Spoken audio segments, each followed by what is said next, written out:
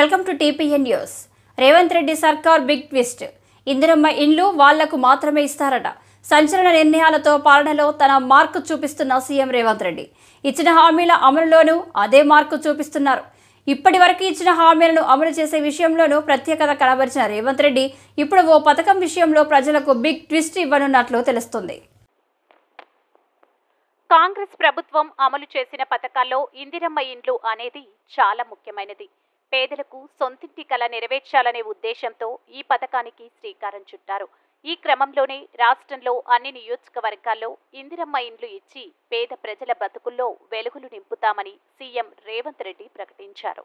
ఈ క్రమంలోనే మార్చి 11వ తేదీన ఇందిరమ్మ ఇండ్ల పథకాన్ని ప్రారంభించి మొదటి విడతగా ఇంటి స్థలం ఉన్న పేద కుటుంబాలకు ఇల్లు నిర్మాణం నిమిత్తం 5 లక్షల రూపాయలు ఇస్తామని సీఎం రేవంత్ రెడ్డి హామీ ఇచ్చారు.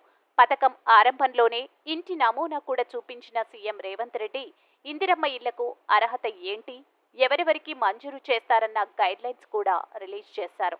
అయితే ప్రభుత్వం మంజూరు చేసే ఇందిరమ్మ ఇల్లు మహిళల పేరు మీద మాత్రమే వస్తుంది. తెల్ల రేషన్ కార్డు ఉన్న కుటుంబాలే ఈ పథకానికి అర్హులని ప్రభుత్వం పేర్కొంది. తొలి దశలో భాగంగా సొంత స్థలం ఉండి అందులో ఇల్లు లేని వారికి 5 లక్షల రూపాయల ఆర్థిక సహాయం అందనుంది. లబ్ధిదారులు స్థానికంగా నివాసం ఉండాలి. అద్దెకు ఉన్నవారు కూడా ఈ పథకానికి అర్హులేనని ప్రభుత్వం ప్రకటించింది. ఈ పథకానికి సంబంధించి మొత్తంగా 4.5 లక్షల ఇందిరమ్మ ఇళ్ల కోసం 22,500 కోట్లు మంజూరు చేస్తామని, ప్రతి నియోజకవర్గానికి 3,500 ఇండ్లు ఇస్తామని ప్రభుత్వం ప్రకటించింది. వీటికి మరికొన్ని ఇండ్లు జోడించి లబ్ధిదారుల సంఖ్యను పెంచేలా కార్యాచరణ రూపొందిస్తున్నారని సమాచారం.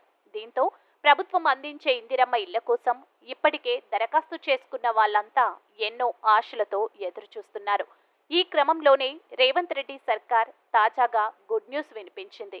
ఇళ్ల నిర్మాణంపై అధికారులు మార్గదర్శకాలు సిద్ధం చేస్తున్నట్లు తెలిపింది.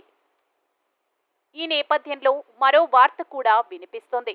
తొలి విడత ఇవ్వబోతున్న ఇందిరమ్మ ఇండ్ల కోసం డ్రా పద్ధతిలో లబ్ధిదారులను ఎంపిక చేయబోతున్నట్లు సమాచారం అందుతుంది.